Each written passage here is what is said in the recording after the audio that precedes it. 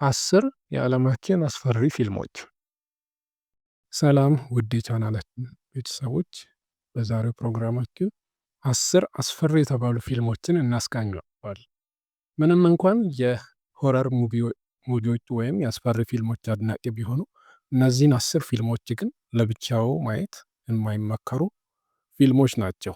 እስቲ እናንተ ደግሞ ከምንጠቅሳቸው ፊልሞች መካከል አይታችሁት ምንም ያልመሰላችሁ ኦር በጣም ያስፈራ ፊልም ካለ ወይም ደግሞ እኛ ከጠቀስናቸው ውጪ እናንተን ያስፈራችሁ ፊልም ካለ በኮመንት አሳውቁን።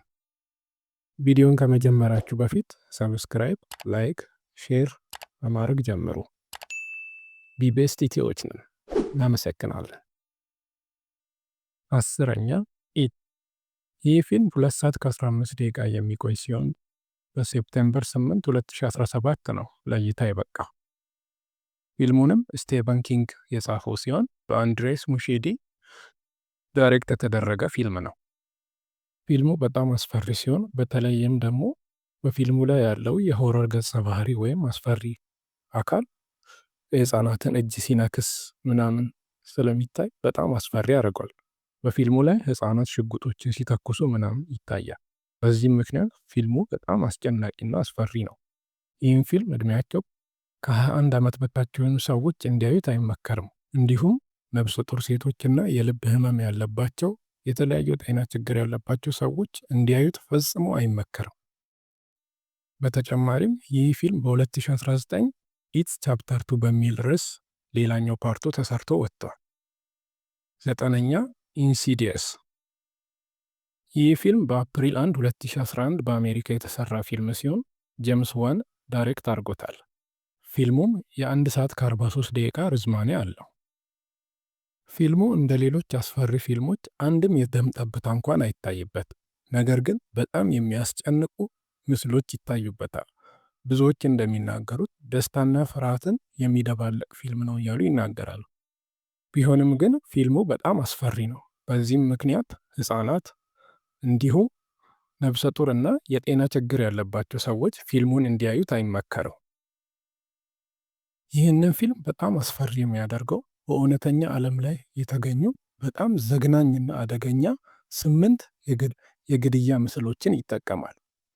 ሌላኛው ደግሞ እነዚህ ትዕይንቶች በሚታዩበት ጊዜ ምንም አይነት ሙዚቃ ለመጠቀሙና የፊልሙ ተመልካቾች በግድያው ቦታ እንዳሉ አድርጎ ነው ቀረጸው የሰሩት። ማለትም ከገዳዩ አንጻር ሆኖ እንዲያዩ ነው የሚያደርገው። ልክ እንደ ፊልም ተመልካች ሳይሆን እንደ ገዳዩ ሆኖ እንዲያዩ ነው የሚያደርገው። በዚህ ምክንያት ብዙዎች በጣም አስፈሪና አስጨናቂ ያደርገዋል ይላሉ።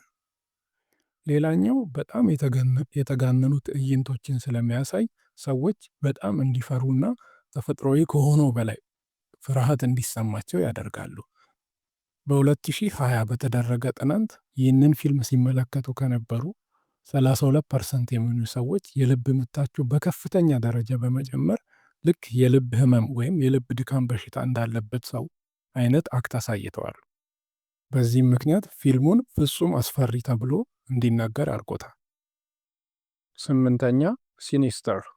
በኦክቶበር 5 2012 በእንግሊዝ ሀገር የተሰራው ይህ ፊልም በስኮት ዴሪክሰን ዳይሬክት ተደርጓል።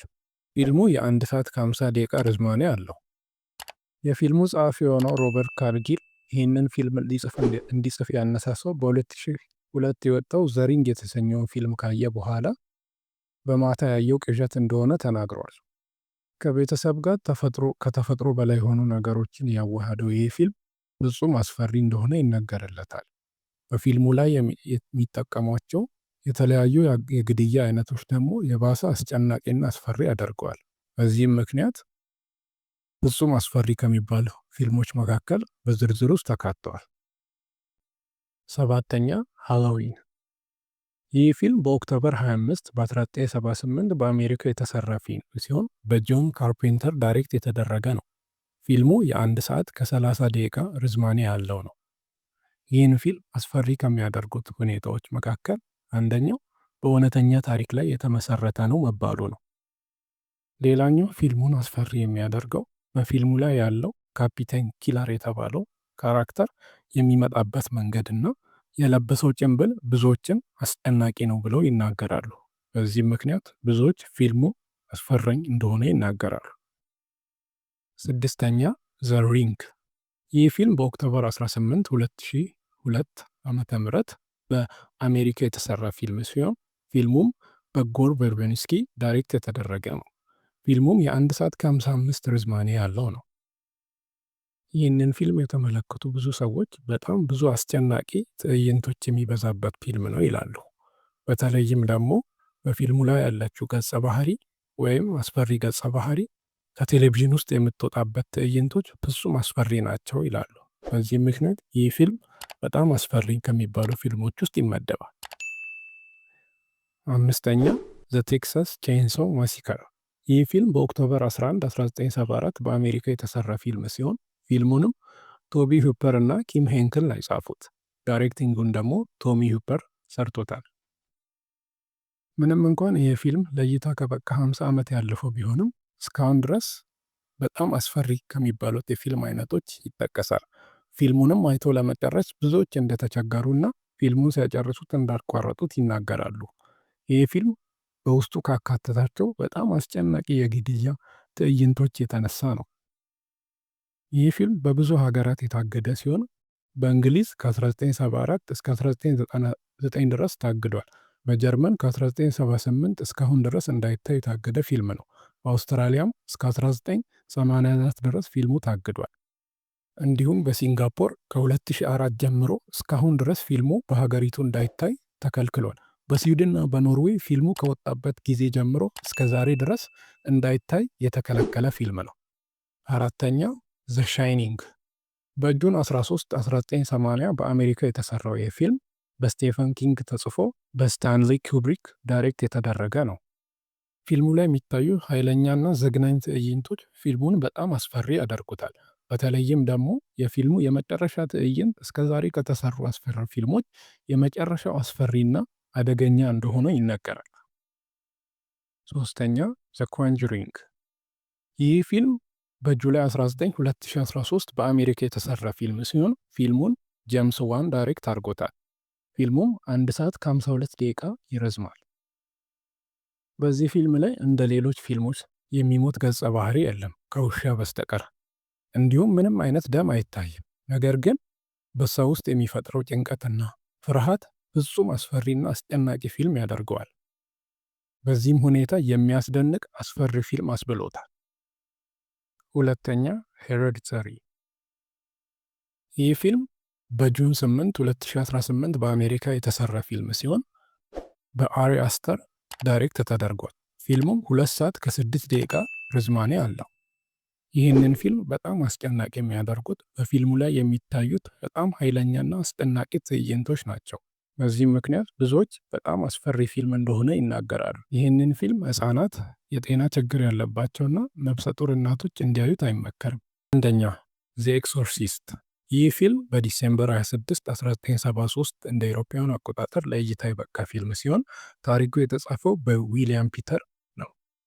ዳይሬክተሩ ደግሞ ዊሊያም ፍሬድኪን ነው። ይህ ፊልም 2 ሰዓት ከ2 ደቂቃ የሚፈጅ ሲሆን በጣም አስፈሪና አስጨናቂ ፊልም ነው። በአንዳንድ ሀገራትም ፊልሙ እንዳይታይ ታግዷል።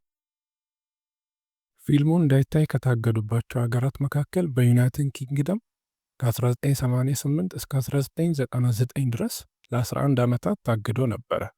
በተጨማሪም በአየርላንድ፣ በስኮትላንድ፣ በሲንጋፖር ይህ ፊልም እንዳይታይ ለረጅም ጊዜ ታግዶ ነበረ።